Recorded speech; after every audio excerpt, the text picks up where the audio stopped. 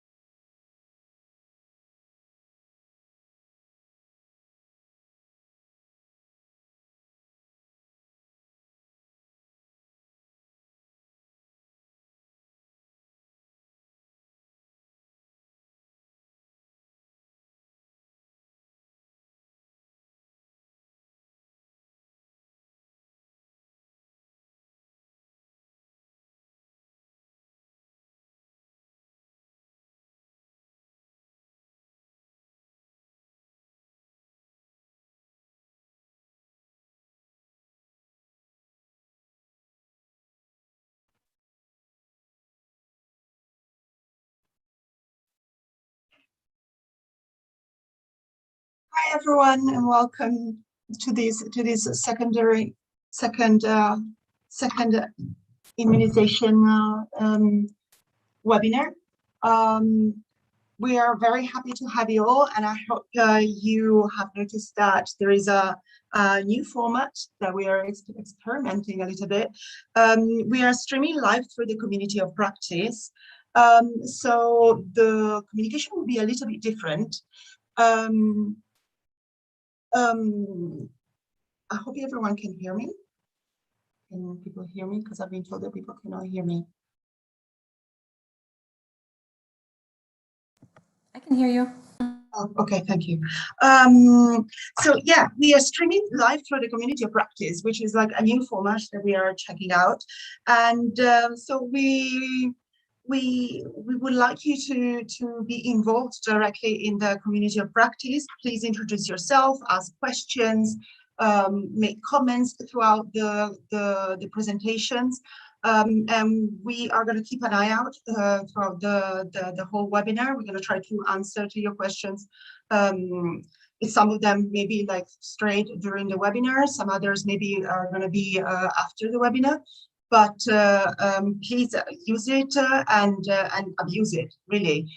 We are hoping that these conversations are going to be useful for the viewers today. But the most important thing is that they're going to remain in the community of practice, and this way they can be used later on from other people. There is also in the community of practice thread at the moment, there is also a poll with a few questions. So you are welcome to give us more information about you, your background, and your experience with Tracker and in general DHIS. Today we're going to focus mostly, as you see in the first slide, on the electronic immunization registry and the vital event certification packages.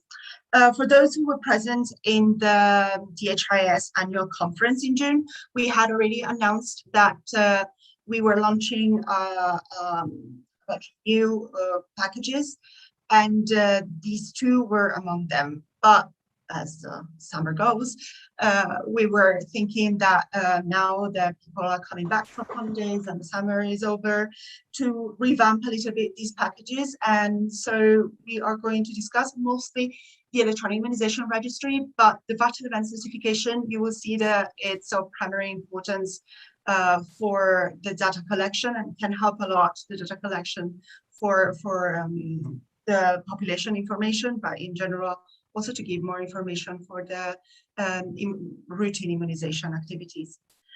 Today with us, we have some very well-known presenters, but at the same time, probably the most important presenters. So we have Kim Frost, who is like the queen of vaccine. She's our clinical consultant, and she worked very closely with both packages. And she's going to give us an introduction, especially for the electronic immunization registry. And we have Brian O'Donnell, who is our expert of e-registries. And finally, we have Adolphe Kamunga, who is our senior DHIS implementer at DHIS2 Rwanda. So without further ado, I would like to give the microphone to Kim.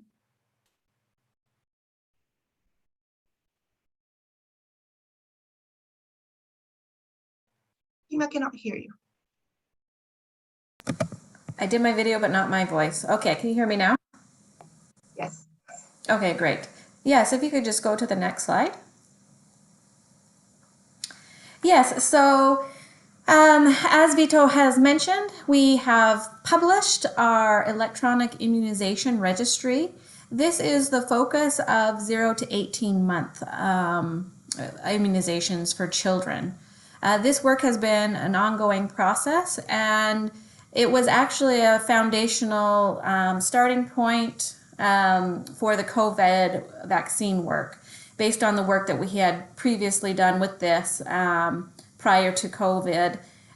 We were able to jump in quite easily to make a COVID program.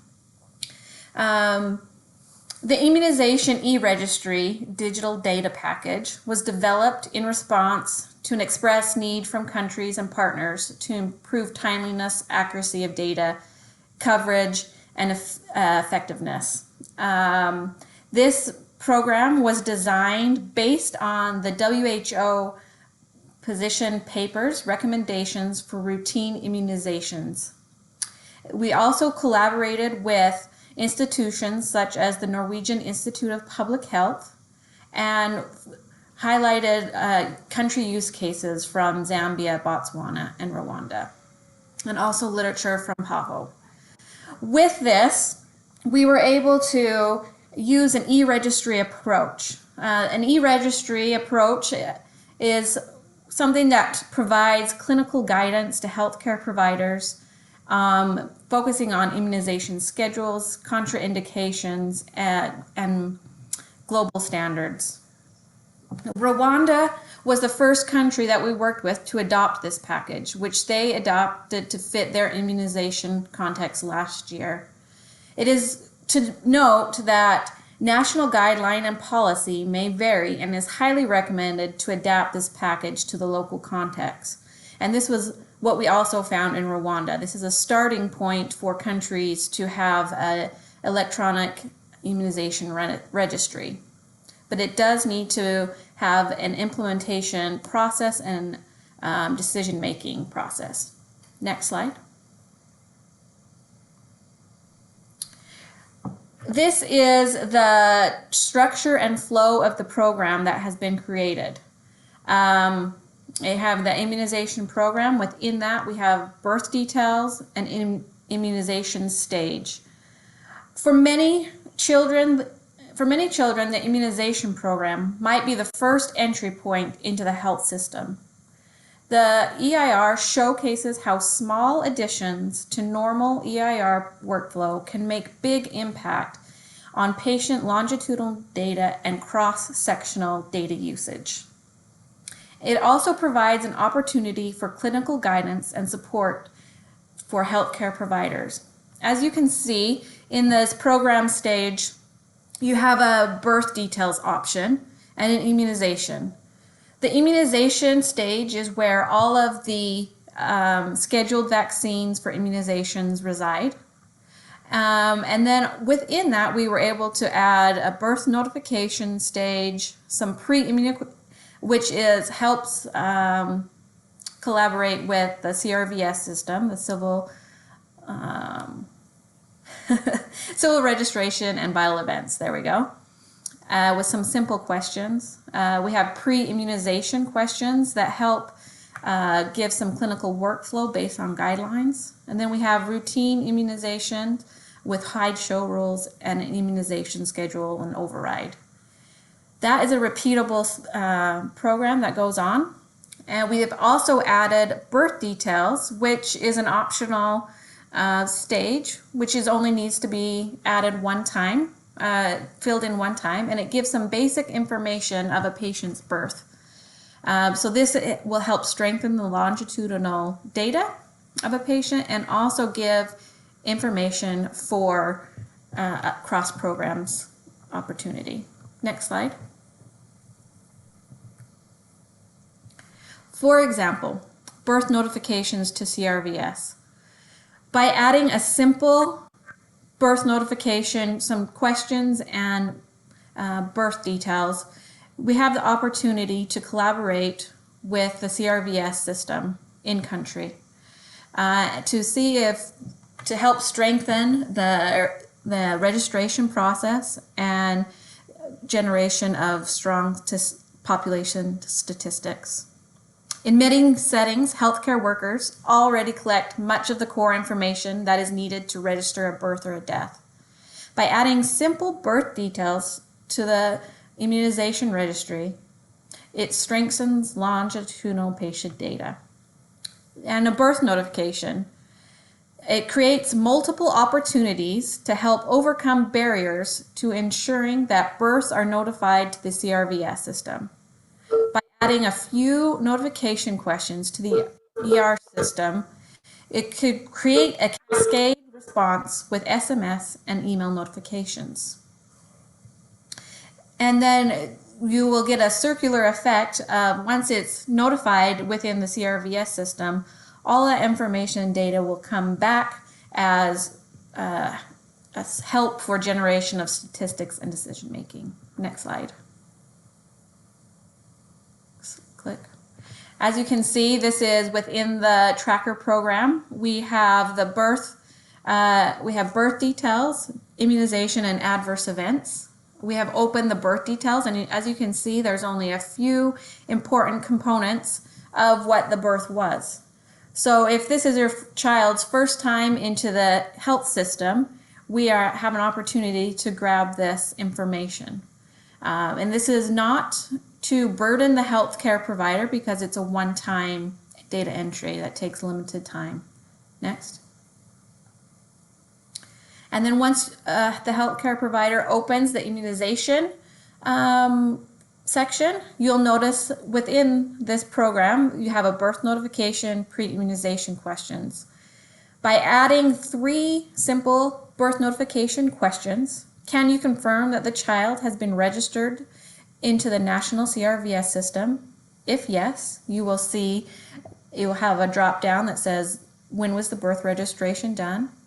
And then you will have another question, has the birth certificate been delivered to the parents? Within the civil registration system, to obtain a birth certificate and registration, there are many steps that it takes to complete this process. By adding this context into the immunization program, you have multiple chances to catch that child to make sure they complete registration. By answering these questions, it will trigger notifications to the CRVS program and possibly to the parents as if it's designed that way. And it is important to note that the civil registration process is a legal process, and it is important to collaborate with the CRVS system to decide what is legally an opportunity and okay to have pushed down to the healthcare provider. A birth notification is just a simple, go ahead, go to the next slide. Birth notification is as simple as this. A birth notification for has been completed at this org unit. Please review the birth details and from the immunization program. This is the beginning of a cascade of notification that can be done by healthcare providers without legal standing, but it is important to make sure you talk with your CRVS system and have a collaborated effort to know what can be done in country. And there are multiple ways to do this. Next slide.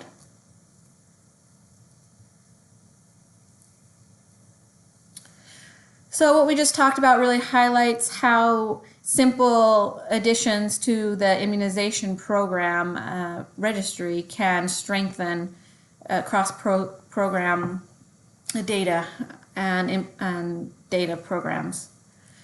We also, using the e-registry modality, we have tried to provide clinical guidance and support to healthcare providers. We have highlighted a few of these avenues.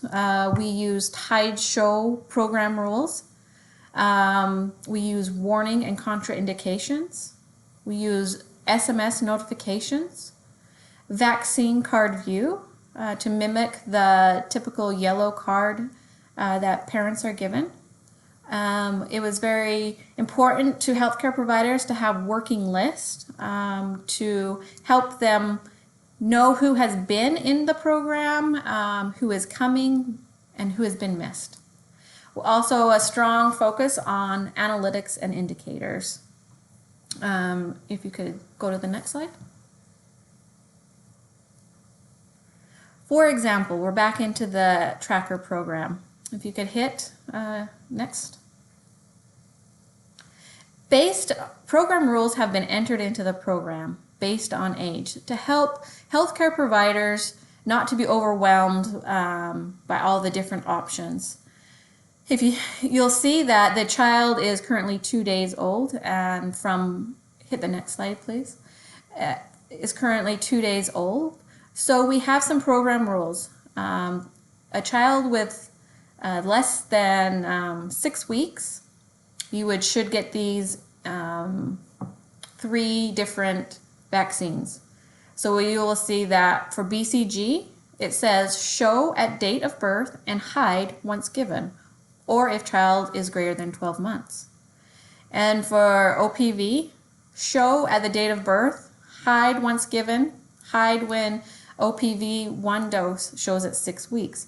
So as you can see, there are these program rules that have been integrated to help strengthen decision-making process and to make sure that the child has received it, and it will show up again in the next visit if it hasn't been given. So it will show up until it's been given or until that child ages out. Next.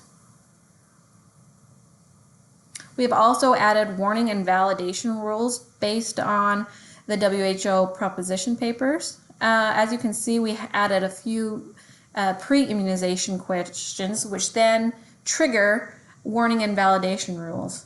So as you can see that this child is 6 weeks old, has not received any of his or her vaccinations. And that shows that this child is HIV positive, but not on ART yet. So with that, we have BCG. It comes up saying it is contraindicated to give BCG vaccine if the child is HIV positive and not on ART. We wanted to make sure that we didn't hide the BCG totally because we still wanted to give healthcare providers an opportunity to make their own clinical decision with some valid information. So the healthcare provider has an option at this time to make their own choice. Do they agree with the warnings? Yes or no. They also have a high show warning for if the child is very sick or has a high temperature. And this one's a little bit less severe. It says, be aware it is advisable to defer vaccine until after acute infection with temperature greater than 39 degrees. So these are some of the rules that have been put in to help decision support. Next. It's been everyone is used to the yellow card, and by just turning on tabular data entry within the DHIS2 tracker program, we were able to get something that mimics the yellow card. You can see what has been given at what time, and you can also click on one of those vaccine events, and it can pull up to show in further detail, which people have really liked this view. Next.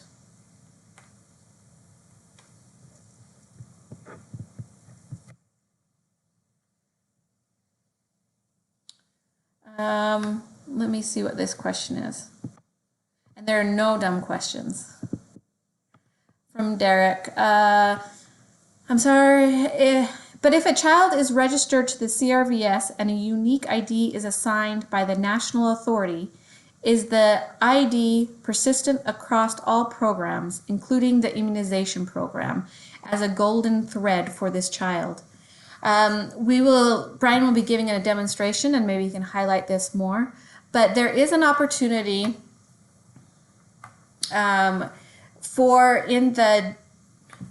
when you enter a child, you have an opportunity to have either a national ID entered or a unique system ID entered.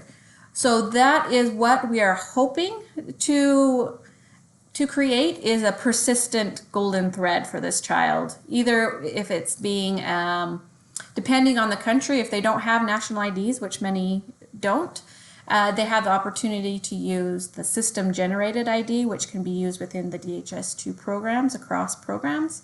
And that could also, if based on country interest, you could also use the national ID. Hopefully that answers your question. We might be able to get into that more with the demo. Working list has been a big, has been something very important for healthcare providers, as we have talked to people and talked to healthcare providers about what they need in their immunization programs. So this, within this program, we've scripted these different working events. So you can choose, you can see all current immunization, all current immunized patients, scheduled appointments for this week, scheduled appointments today, and missed appointments, which hopefully can be very beneficial for planning. Next. Within the immunization program, we also have SMS notifications pre-configured. They can be changed as needed, but for an example, this immunization will be sent to parents to remind them of the next immunization visit. And it just, something simple says, we want to remind you of your next immunization appointment for this child is scheduled at this clinic on this date. We look forward to seeing you then. Please remember to bring your immunization card. And you have the opportunity to decide when to send this, 2 days before the immunization appointment, 24 hours before the immunization appointment. So all of these things can be configured per country needs. Next. And I just wanted to highlight that our digital data packages are optimized for Android data collection and are in the DHIS2 capture app, and there you can find them at the Google Play Store. So Android is our offline solution. And I've been really impressed what Android has been able to do to be able to do this data entry offline, and then once you have connection, to be able to upload the information. Next. One of the most interesting things. Okay, we have a question.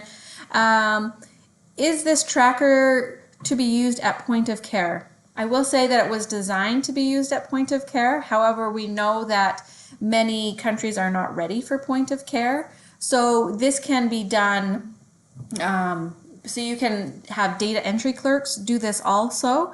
You can choose when that you upload the data. We just wanted to highlight the strengths of what a point of care e-registry tracker program can do. But it can be used in different ways as your country needs. EPI tracker analytics and indicators. I think this is something that's very interesting when you start using a tracker program.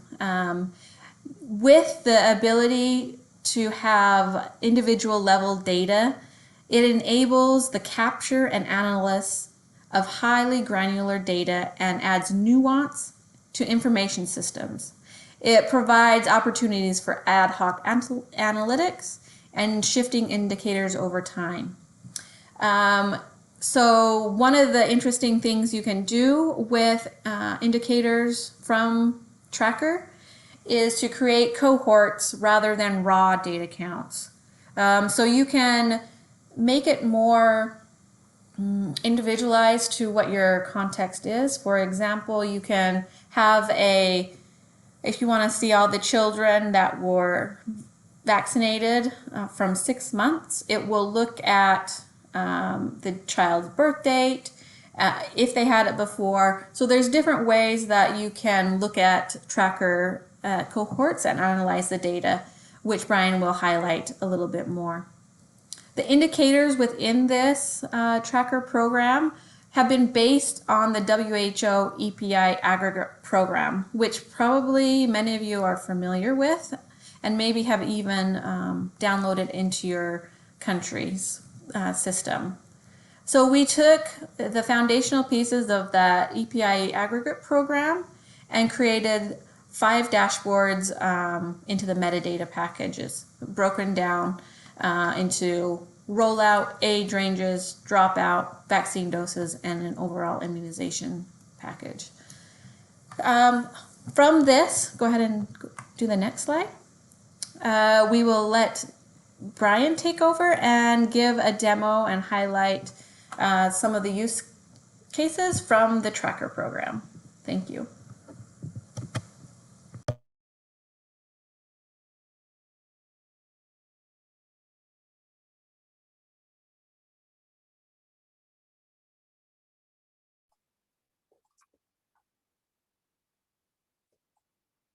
Hi, everyone.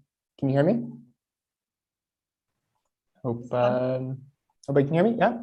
So my name is Brian O'Donnell. I'm going to be doing a short video demo of the Immunization Registry. Just so that nothing goes wrong, I've recorded this, but you can access this the same demo at who-demo.dhis2.org/EIR. And you can log into the demo system and explore yourself as well. So I'm just going to press play here and narrate as we walk through. So as Kim was mentioning, we have, if you go to Tracker Capture app and we select the Immunization Registry Program, then we go to our org unit and select a CHW unit. We have a number of different working lists that would provide information on the patients that are available for the next doses. And I can select a patient from there, register a new one.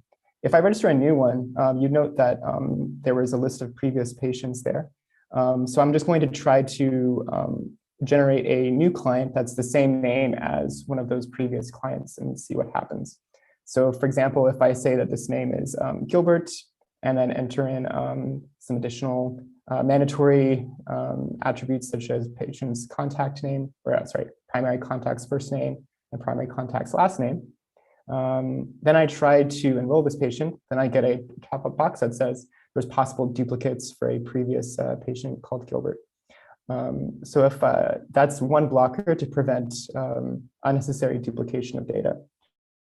However, if I replace this name with Gilbert and last name Sullivan, then this will actually allow me to proceed because there's no primary blockers there. Okay, so now I've opened up a new patient record for Gilbert Sullivan. It's an enrollment in the Electronic Immunization Registry Program. You can see that all of the attribute details are on the right, and the birth details and immunization stage are down here in Tabular data entry widget. So I will be using some backdates just to showcase some of the functionality that are available. So in the birth details stage, if I enter a birth weight that is too high or too low, then I will get some validation alerts that this is an incorrect data value. Same goes for the gestational age. To improve data quality, it should be in the right range. So then I would select on the birth type, attendant at birth.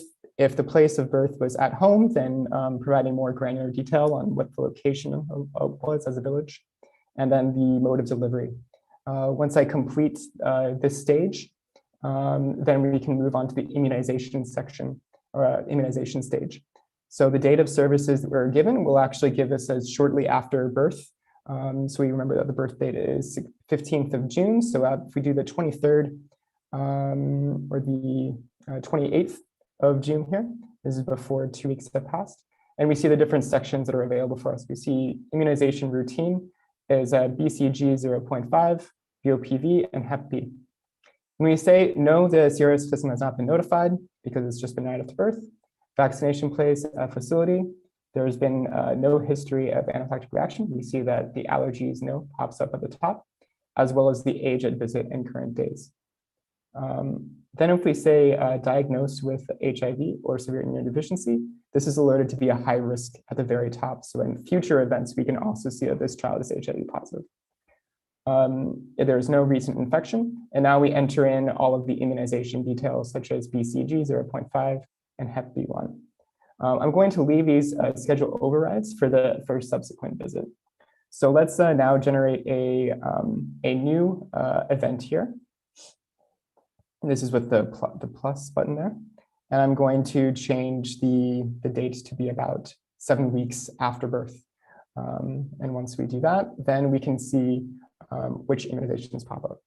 So there's the birth card that Kim mentioned earlier, the yellow card. We can see which immunizations were given in the previous visit, as well as which vaccinations are still awaiting within the schedule. So based on the screen, sometimes I have to scroll a bit. So the date of service is given. Now we're actually going to say, yes, the CRVS system has been notified, and we will be entering the birth registration date there.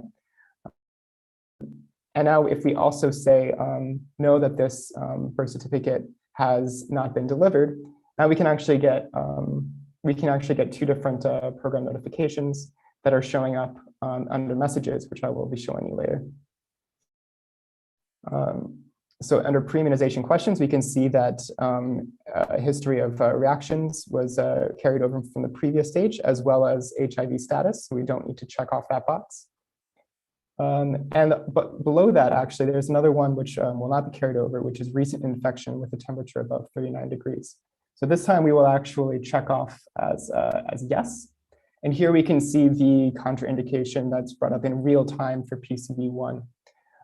So based on the previous answer under immunization routine, we can say that yes, the child should receive VOPV1 as well as Penta1, and will not be receiving PCV1 because of this contraindication. So then once we say no, we give the reason not given, stock out, contraindication, guardian refusal, etc.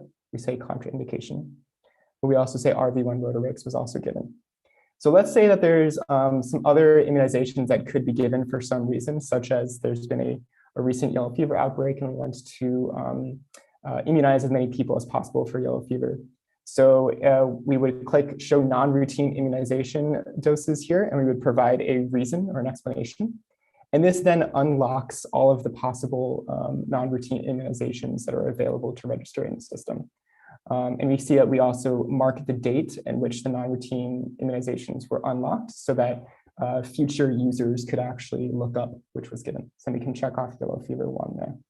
But there's a long list of non-routine immunizations that you can pick from. And you can also break the schedule as well by clicking show all scheduled vaccinations in case maybe you missed something or you've given something out of schedule.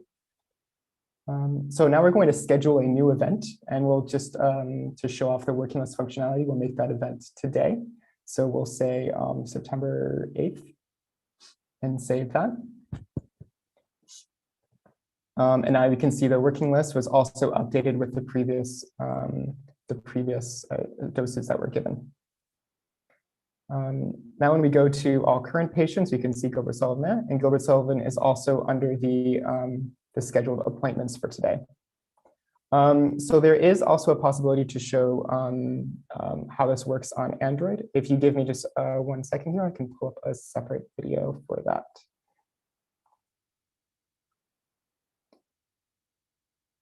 So if we were to create a new case on Android, it follows a very similar process as what we just saw earlier. I think you can see the screen, right? Could someone please verify for me? Yes. Okay, so as long as you can see this Android screen moving. Good, so, so we select the new registration date.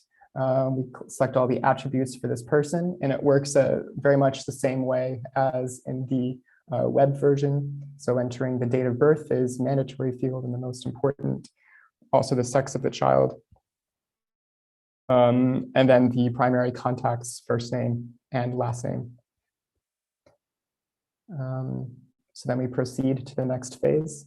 So we can enter the birth details and then also the immunization phases, but just for demonstration, I'll just show some of these drop downs as well as this immunization yes, no boxes that are available here.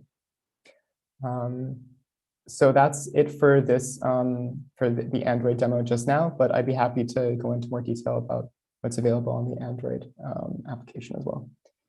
But quickly, I just want to show off some of the dashboards that are available. And I think it's actually probably easier if I just show that live. So let me just stop sharing really quickly and then share a different screen here.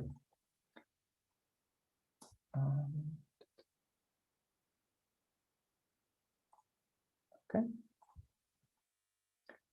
So I just wanted to show the different dashboards that are available for end users to see, and start with the overall rollouts. This is the sort of overall view of how is the rollout of the EIR going in your context.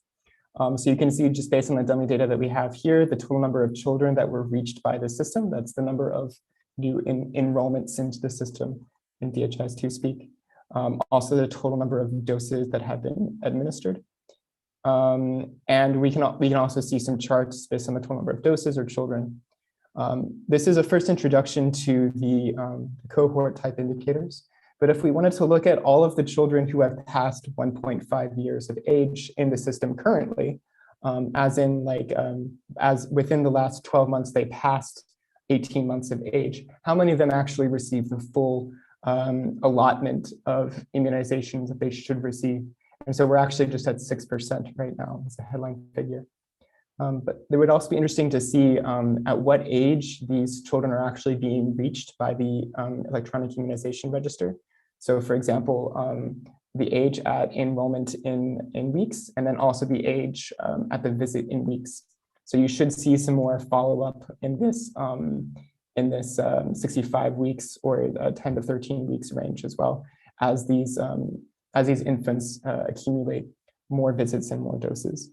And then finally, location of immunization service delivery. We have some geographic information. This is the Laos org unit hierarchy we're working with here, as well as from our breakdown of the location of visits. You can actually see that most of them are from mass campaigns in our system here.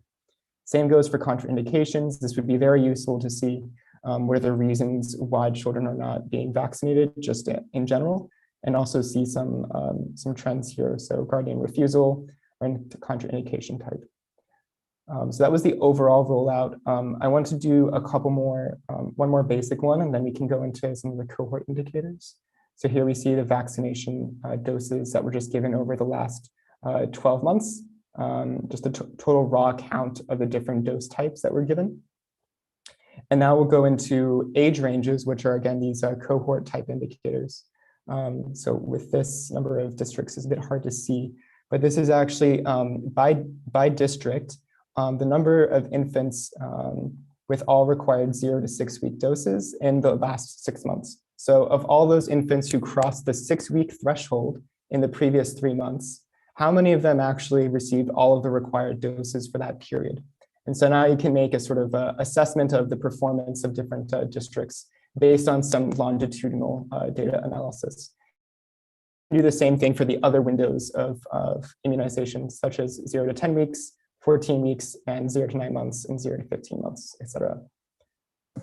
So Brian, just to clarify, Yeah. those children are just the children that have been inside the tracker program. Right, that's correct. So we're not looking at any other aggregate data, such as like population counts of the number of infants that are under 6 weeks within the catchment areas that are sort of not counted by the EIR, but it's just all of those infants that have been enrolled within the tracker. How many of them did you follow up to receive all of their doses, right? So when we do go to the last one on dropout rates, this is actually one way of representing the value of having longitudinal data as opposed to raw counts of the different doses. So in traditional dropout rates, you might just count the raw number of DPT1 doses minus the number of DPT3 doses, and then divide that by the number of DPT1 doses given to get your DPT dropout rate. The problem with this is that you're actually using inconsistent cohorts because based on the period that these doses were given and that you're using, the DPT1 doses and DPT3 doses would have been provided to different children. But now you can actually use consistent cohorts to make sure that this DPT1 and DPT3 were provided to the same individuals. And so we are actually just looking at all children who have passed 6 months of age this period, who have DPT1 but not DPT3, divided by everyone who has DPT1 and also passed 6 months at this age. So that's one explanation. We can also go into BCG, MCV dropout rate, etc. The final thing that I also wanted to show just in this quick demo was going into the system notifications. Oh, shoot, I think this is the demo system. I actually need to be a different super user to see it, but you can also show having the messages for birth notification sent to your admin user. So we can see earlier that a birth notification was sent to CRVS for Gilbert Sullivan. And the same after the birth certificate was delivered for Gilbert Sullivan. So that's all I have, but I'm happy to take questions or pass it on to Item now.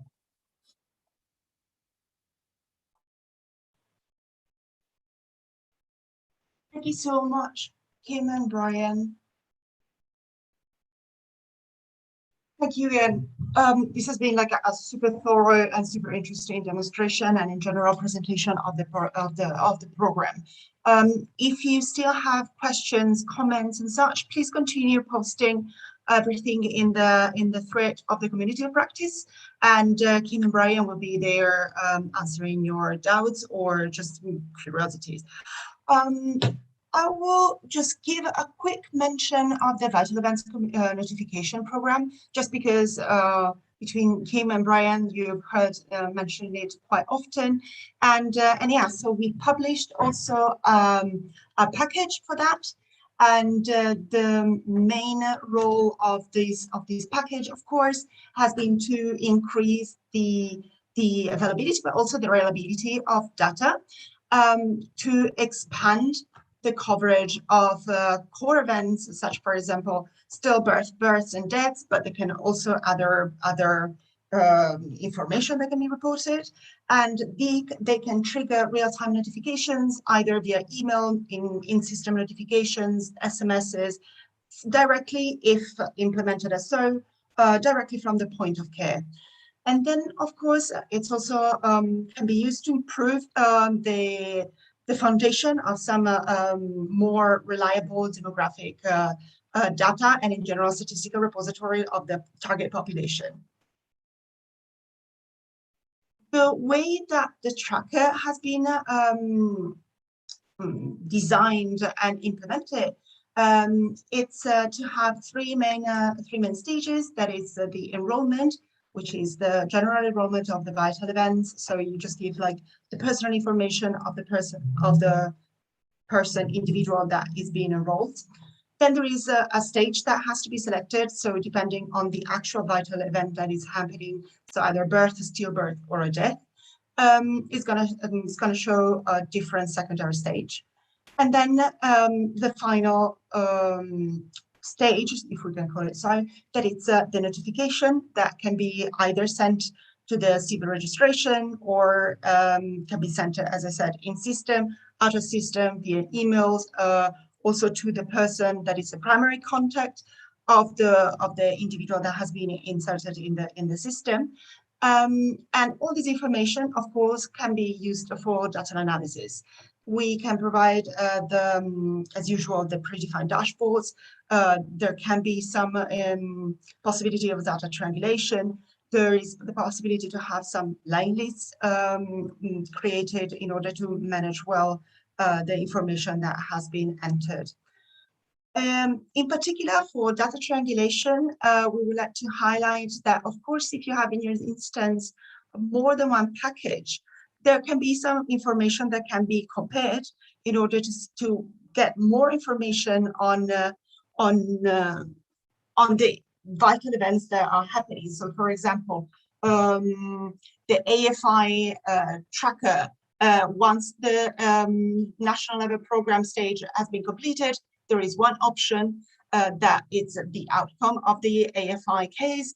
And if, for example, that information is that the patient has died, this can be a triangulation that's you can triangulate it with the information that you can provide for the vital events and ask, for example, if the person has been notified of the death.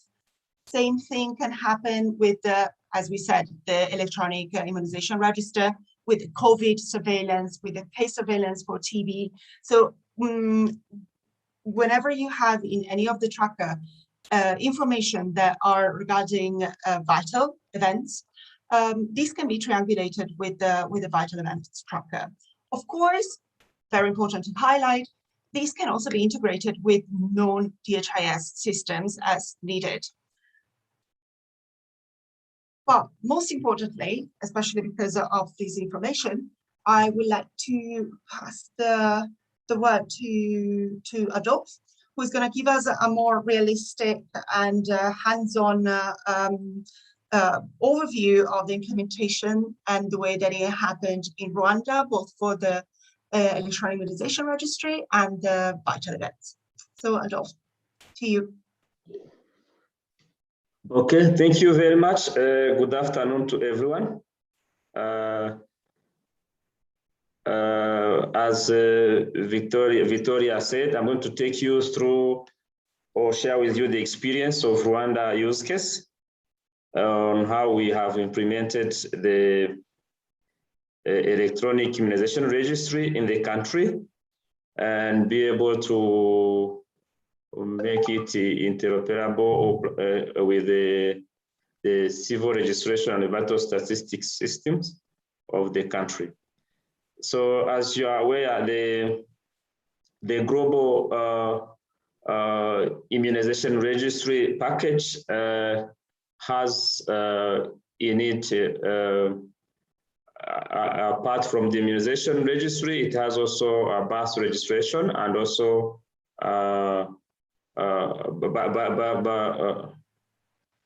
birth registration and also vital statistics information in it. But in Rwanda, while trying to implement the module, of course, we did an assessment trying to find what is existing.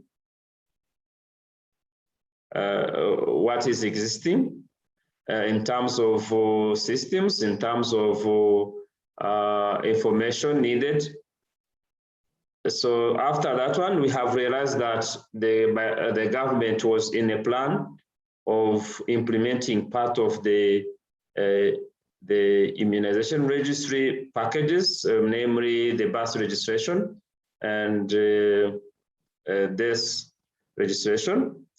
So we, by then, that has been a little bit changed the plan on how we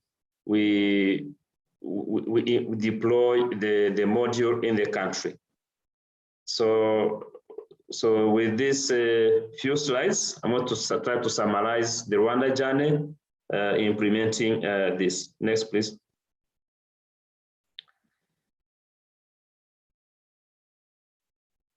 So the health sector in Rwanda is not really big, as the country size is also not big. So it has around 500 district 500 health centers and 48 district hospitals.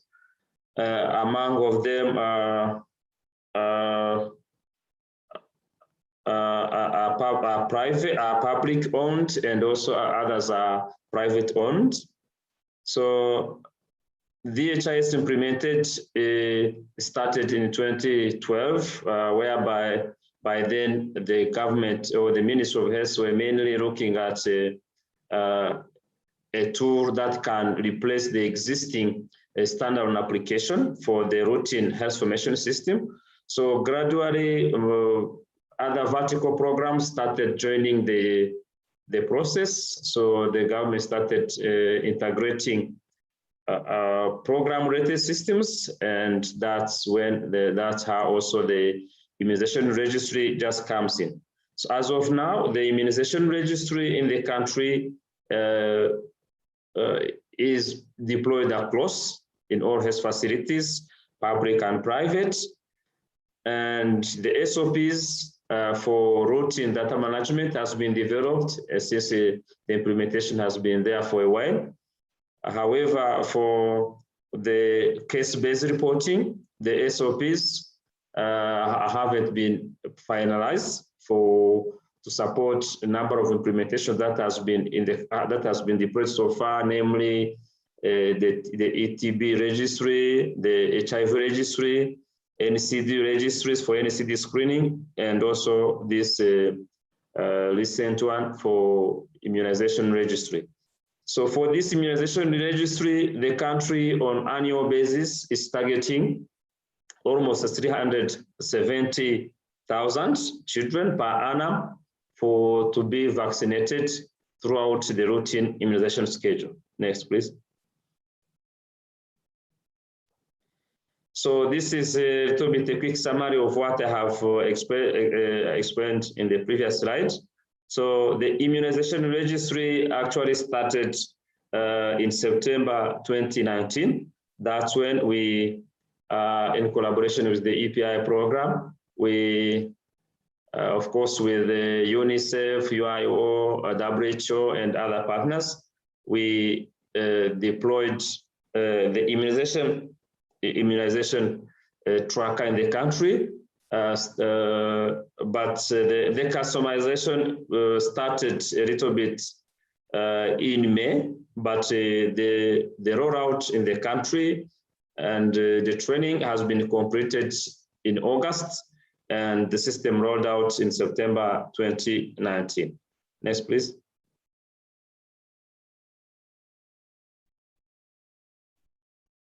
So initially, the agenda to adopt or to roll out this plan. So as from May 2019, that's when the customization actually started. By then, we were targeting to have the immunization tracker implemented, have birth notification tracker, and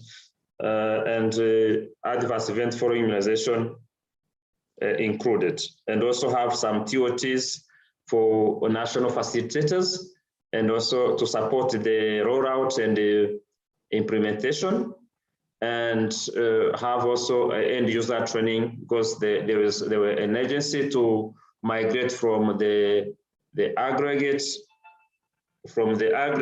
existing aggregate reporting form, whereby data were being reported through HMIS routine reporting systems, and the program wants to have a separate immunization tracker to ensure that there is a full coverage of every child born in the country, to make sure that is access the immunization services.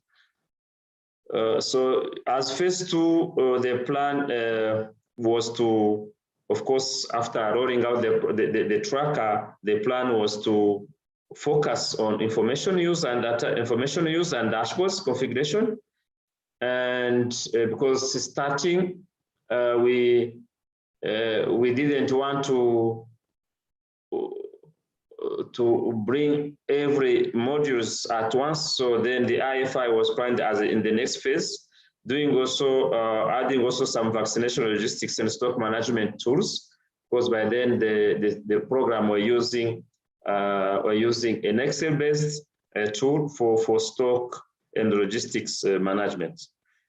So as I previously explained, we in the phase 2, the plan was to make the EP tracker interoperable with the government system for civil registration and the vital statistics system, so that we exploit the unique identifier provided by this CRV system into the API tracker.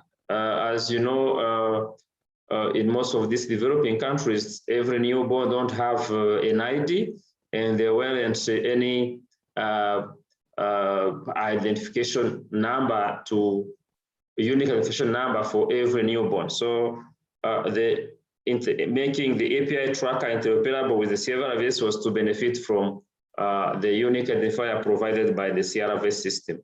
And then later on, of course, as you implement the system, it's not a static system. There might be some changes. There might be some cleaning of data, and also focus on data analysis.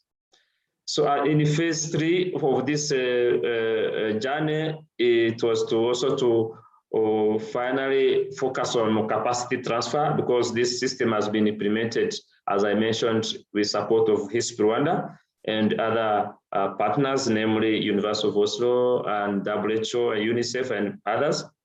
So we wanted to close the project by transferring capacity, documenting and doing some publications on this implementation, and also continued some post-implementation support.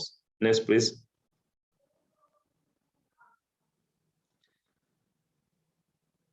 So the AP tracker has then been deployed, borrowing from the global package, because as I mentioned, the country had already some immunization data, case-based data, but also part of it related to birth registration and so forth in another system. So we wanted to, we started by customizing the module, readapting to the Rwanda context, trying to make sure that it is aligned to vaccination schedule in the country.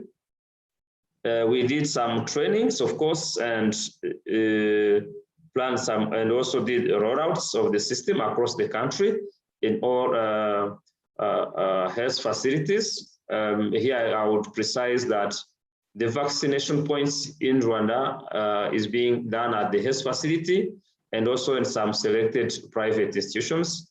And all of those health facilities are required to, on every vaccinated child and every newborn in the setting is immediately has to leave the facility after receiving the first dose of vaccines as required by the vaccination schedule in the country. The interoperability works, as I previously mentioned, was also necessary to make sure that the unique identifier from the national population, the national population registry is fetched, so that we ensure that the program knows that every newborn is vaccinated, and know that those who missed out the vaccines and so forth. And also the other step was to look at data use for action. Here focusing on as analyzing data to see the coverage and so forth. Here I would mention that despite all these listed steps that we're supposed to go through, we didn't actually go through them all because there's multiple constraints just comes in, because as you've seen, we started in September 2019, and in March 2020, that's when we had the outbreak of COVID, and which has a little bit slowed down most of the planned activities. Next, please.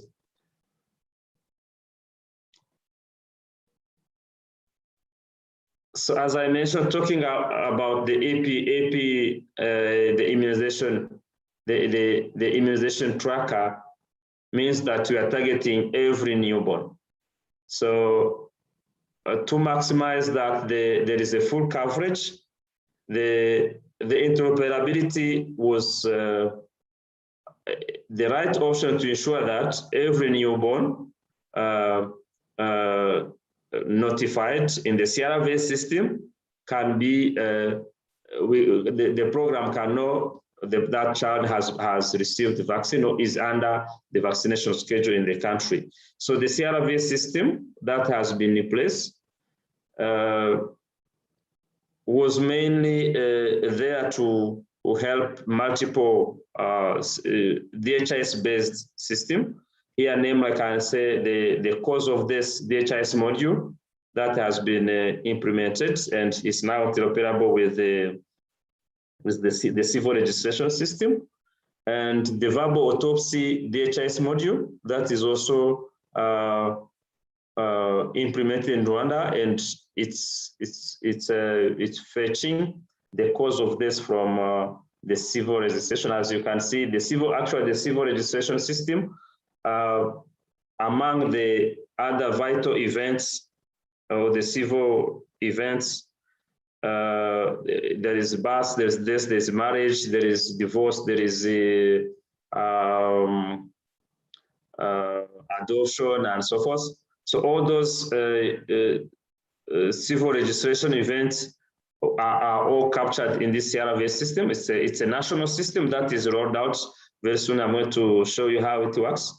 So when the registration in the civil registration in the country is at even though it has recently started, it's now at over the 90% coverage, because the registration has been now decentralized to health facility for the birth that happened, health facility, and also for the nearby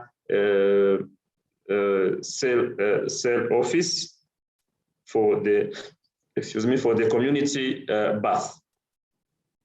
Next, please.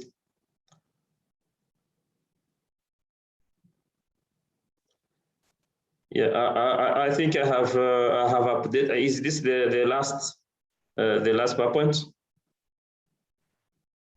One online, so yes. Okay, let me see.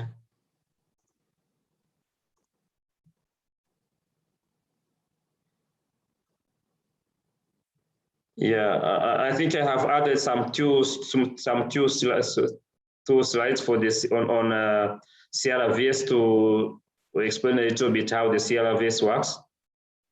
If you can refresh a little bit or allow me to present those two slides. I'm stopping sharing. Okay.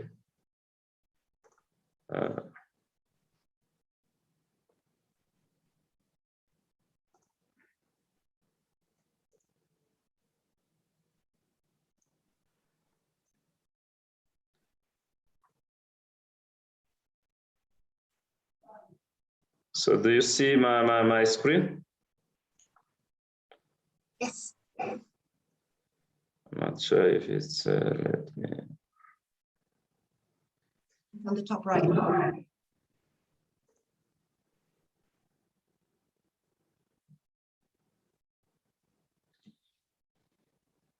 Yeah. So this slide explain how the civil registration is done is done in Rwanda for the facility baths. So you can see from your left, you see a bath happens in the maternity ward somewhere in the health facility. So the bath notification has been decentralized to health facilities officials to immediately notify a new bath. So this automatically helps. You see, they notify into the system, into the CRVS system, the new bus. Automatically, the CRVS provide a national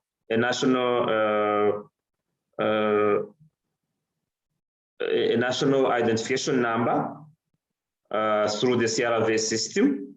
So if you look here, I'm not sure if you see my pointer here. For the health facilities officials to, after registering, notifying the child.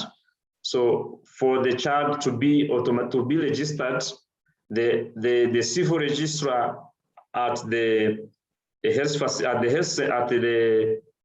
sector. The sector is the lowest administrative level of the country. The civil registrar actually accepts the notification. When the notification is accepted, this automatically that child is registered and be able to get the national, what they call the NIN, the National Information Number. So this information number is actually served for two things. So the NIN is automatically generated by the CRVS, which is automatically fetched by the DHIS, if you see on top left, into the DHIS to identify every newborn in the DHIS instance, which is here we're talking about the AP tracker. So the interoperability for the DHIS to, for the CRVS to DHIS has been complete so far for birth registry and death registry, and also community death. But the process are being done to be also done for the immunization registry, because the program has been took a little bit time because it's going to affect the way the business processes at the vaccination points. So when the child is registered, after getting registered by a civil registrar, the child can easily have access to the birth registration certificate.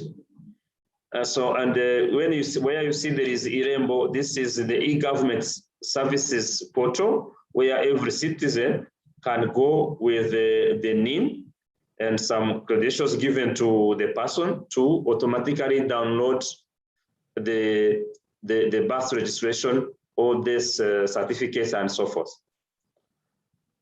This is for the case of birth that happens in the health facility. So with regards to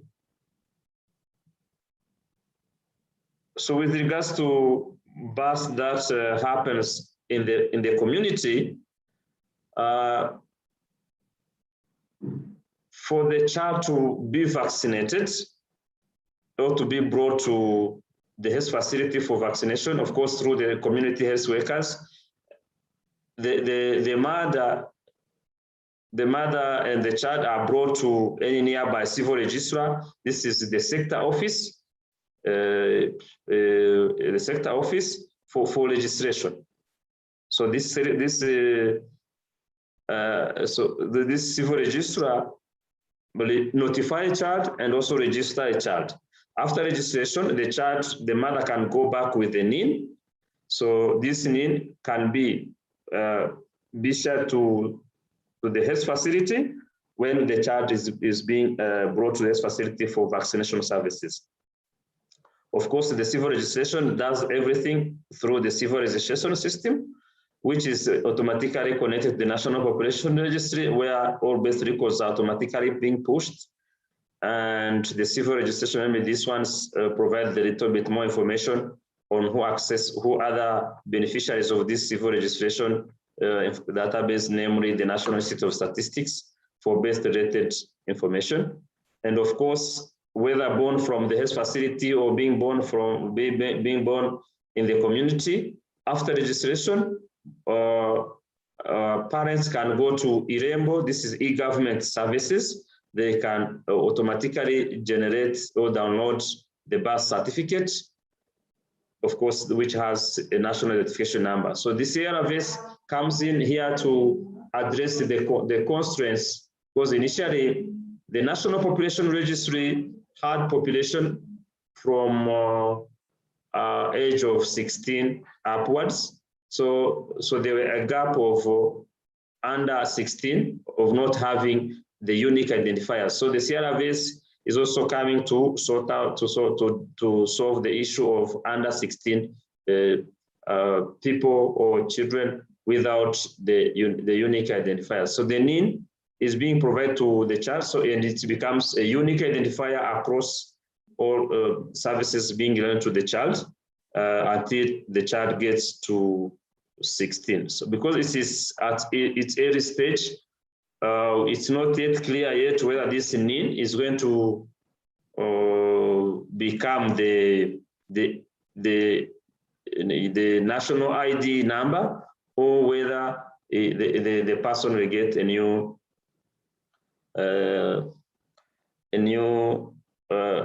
number for ID. In the chat, I'm not sure if there are questions to me, probably not.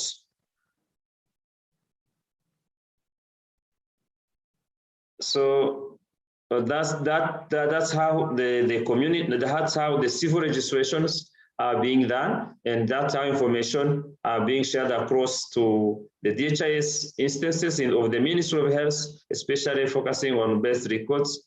And this helps to have like to have a population data when it comes to calculate coverage indicators, namely for vaccination, for nutrition, and other services reserved for maternal and child health. So so coming back to the AP registry, the immunization schedule in Rwanda, a child at birth is being given BCG, and after so the schedule is, so at birth a child can have a BCG or polio vaccine. So this is the schedule. So you can so this is the schedule for vaccination for at birth for 6 weeks, 10 weeks, 14 weeks. So and there are a list of antigens being given to the child for every visit. So the immunization tracker in Rwanda has been customized based on this vaccination schedule, whereby we have the profile information and also the vaccination stage, which is more repeatable and captures information depending on the age at administration. So this is a little bit a screenshot of the last recorded cases for this Mareva Health Centers. This is date of this August.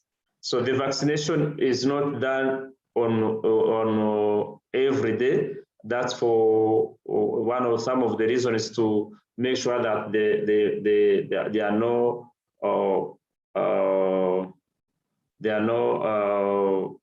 vials, there are no wastage for open vials or especially for open vials where they vaccinate children and maybe they fail to get enough children to vaccinate. They find some of the doses are wasted. So this is like a screenshot of the last of the recent work list or vaccination list of this health facility. And for you This is also some screenshots from the system, the recent one I took yesterday on children, on immunized children. This is like a dashboard. So I think since we have developed this immunization tracker, as I mentioned, just COVID came in March, so the program didn't have much time to work with DHIS to fully finalize the dashboards and work out on most of the program indicators and most of the other indicators, and also focus on data use. So those are the activities that are still in the plan. Mainly what those was in the phase 2 as previously explained, and also phase 3, most of the activities has not been covered. Implementing this EP tracker is not a straightforward process. Of course, you build on what is existing, and also you look at the possible opportunities in place and build on those ones. So here I try to list some of the strengths of the opportunities that I can share with the audience. First of all, there were a program, the AP program, way to migrate from the aggregate to this case-based reporting. That is really that is a very key when you want to deploy any case-based reporting. So there has to be the readiness of the beneficiaries has to be very high. We also, as you've seen, Rwanda has been implementing DHIS since 2012. So there are already a well-structured staffing from the nationwide to facility. So the facilities has data managers and in charge of vaccination in every health facility. And the good thing, all these staffs are on the government payroll. So which means if you train people, despite free movement of staff, but you have a quite number of stable staff supporting the rollout and also system use. The country from the health facilities, upwards, all health facilities are equipped with laptops, and most of them have, if I can say, 4G antenna for a very good speed of internet for data management. Where the 4G internet connection is not there, they have modems. So because the internet coverage in the country is over 90%, so you find most of these facilities are well connected on internet and have electricity. Implementing this AP tracker, sometimes the program runs outreach programs, and moving around with laptops is okay, but if you have tablets, which they do have a very good, they can keep power for a long time. So the tablets, the government funded the purchase of tablets and monthly airtimes for the in charge of vaccination in health facilities. This is also a very good opportunity to support this rollout. And the AP program was really very enthusiastic to be fully digitalized, as they have a feeling that implementing this digitalization, this tool will reduce the running and the printing cost of the vaccination cards, and also the running cost of this program. And also the use of tablets in outreach interventions, it was also a favoring, was also seen as an opportunity to make sure that every vaccinated child is automatically registered, is directly registered into the system. And at the end of the day, the synchronization can be done. And at the nationwide, we can know how many children has been vaccinated across the country.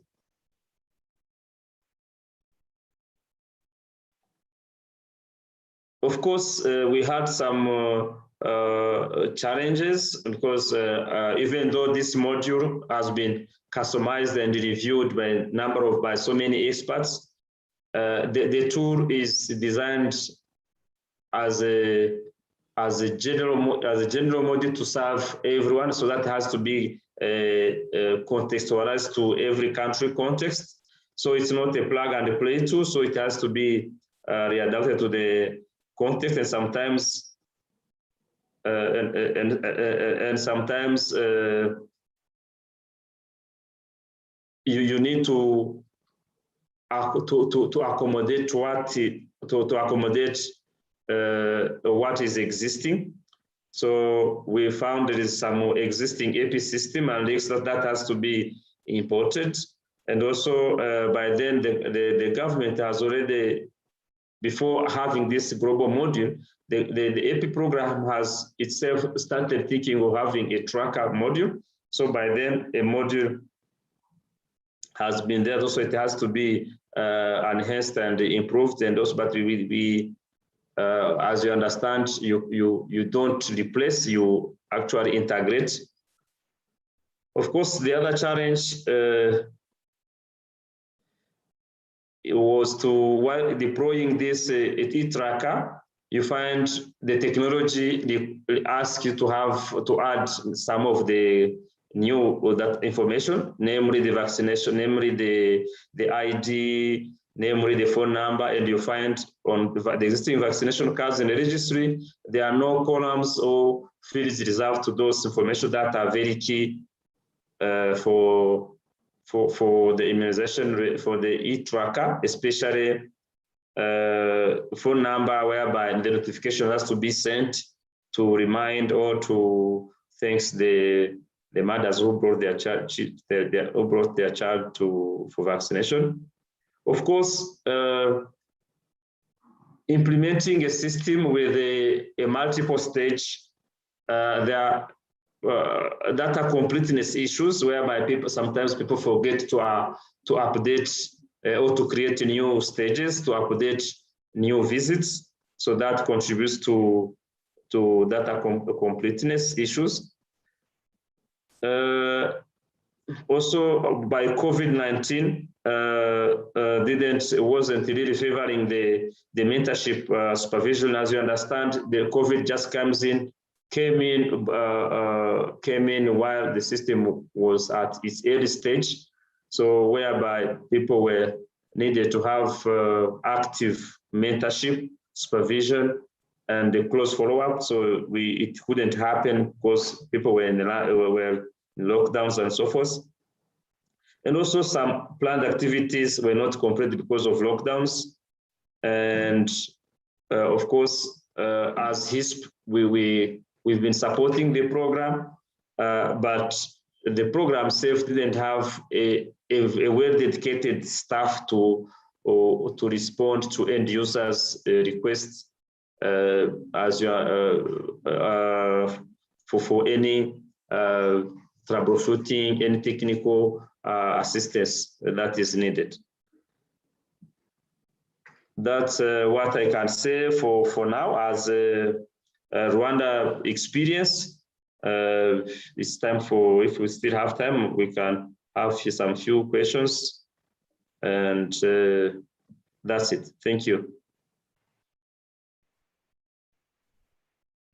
Thank you so much, Adolf.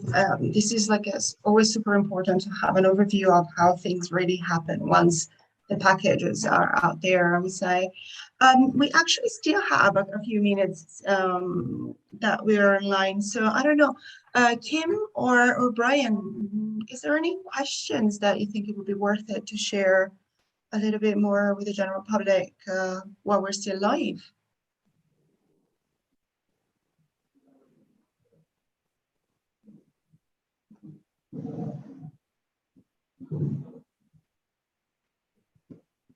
I was just looking at some of the questions from the COP. It looks like one question that was for Adolf. The question was, just one second. Does the tracker implementation in Rwanda integrate with the RHIE shared client record, for example? And also, can you talk a little bit about adverse event monitoring? Adolphe, maybe you can answer that. Yes, okay, thank you, Kim. Yeah, the immunization tracker, it doesn't integrate with the you mentioned the health formation, the health exchange, the health formation exchange. This is what we are talking about, right?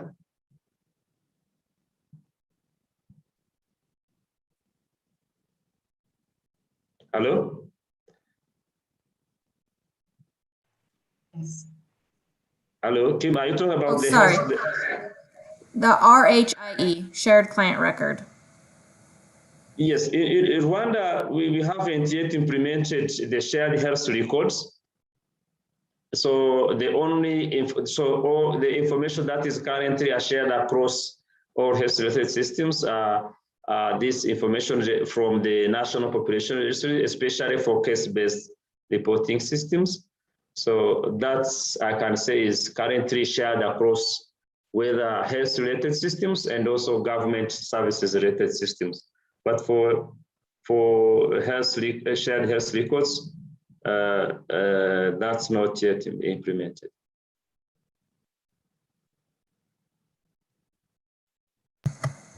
And anything about adverse events? Adverse events, no, not yet. It's in the plan, but as I mentioned, COVID has paralyzed everything. So most program is much more focused on COVID vaccinations. But before then, it was already locked down. So we couldn't introduce new interventions. So we're actually maintaining what has been implemented.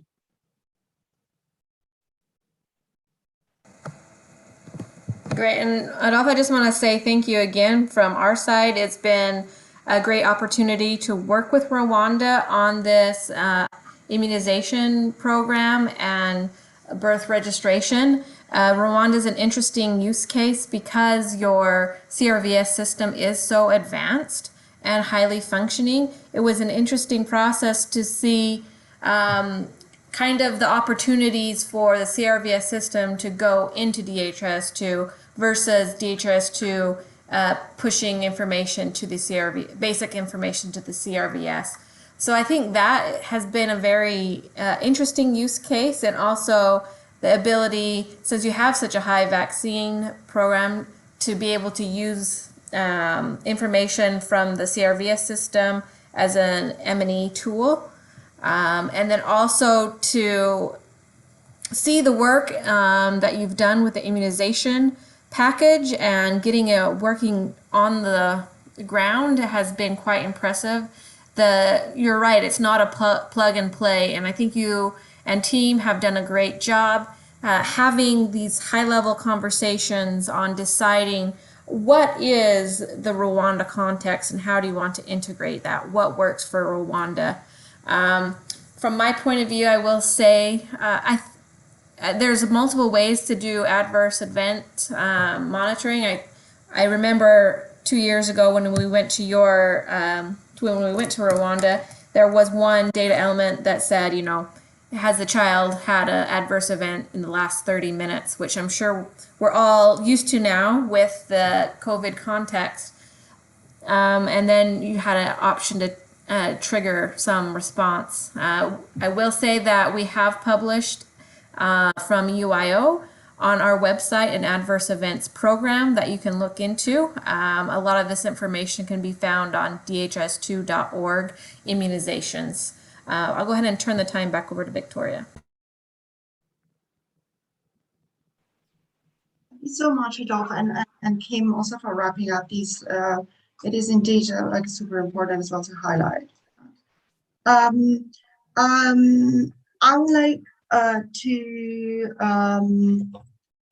wrap up this webinar, reminding everyone that with this new format, the thread will remain open, and you can continue posting questions, especially to Adolphe or about general questions of the programs to Kim, Brian, and Andy, of course. So even if tomorrow you come up with a question, please feel free to continue dropping questions, doubts, comments. We continue answering them in the thread. And talking about comments, you also find a comment about a registration to a webinar that is about BNA, scorecards, and other apps. So feel free to register to that one as well. And a reminder that we will continue to offer these immunization webinars in English, of course, and in French. And the one about this same topic in French will be tomorrow. Reminder in case you want to forward the information to your French colleagues. And yes, I think this is a wrap up. Thank you so much, everyone. The presenters, it's been fantastic to see the amount of work that has been produced, and everyone who showed up to listen to us and our presentations and case for Rwanda. Have a lovely day and evening, depending on where you are, and yes, feel free to continue the thread whenever you want. Cheers. Bye. Okay. Bye. Bye.